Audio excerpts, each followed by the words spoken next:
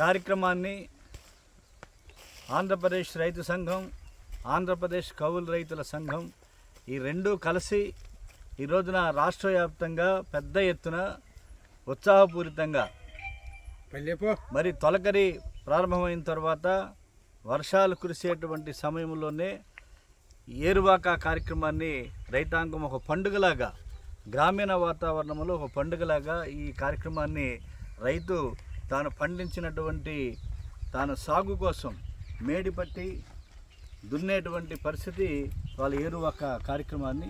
ఈ ఏరువాక కార్యక్రమం సందర్భంగా ఇవాళ ప్రభుత్వాల తీరుతెన్నులు ఎలా ఉన్నాయంటే, మనకు కరువు వచ్చింది, తర్వాత తుఫాను వచ్చింది, కౌలు రైతుల సమస్యలను పరుచుకునేటువంటి పరిస్థితి లేదు, రైతాంగ సమస్యలు పరుచుకునేటువంటి నాదుడు లేడు. 6 నెలల తర్వాత ఏదో పెద్దలు చెప్తారు, దొంగలు పడిన 6 నెలలకి పోలీసులు వచ్చారని చెప్పి.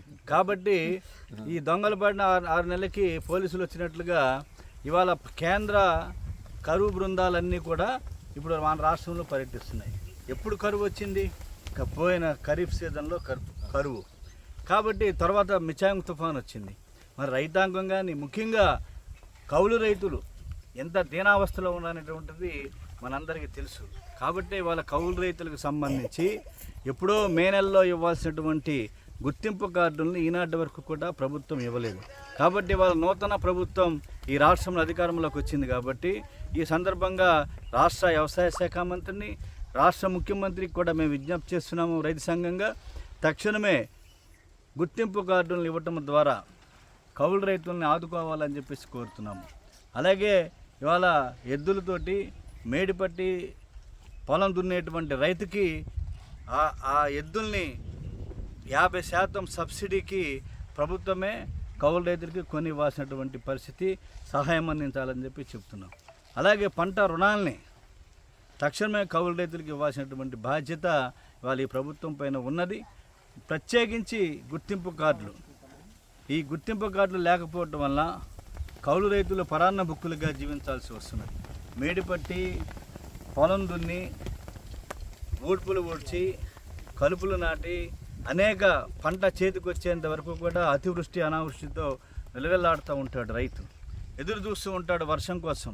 ఇవాళ గత వారం రోజులుగా రాష్ట్రంలో ఒక్క చుక్క నీరు కూడా కురవలేదు.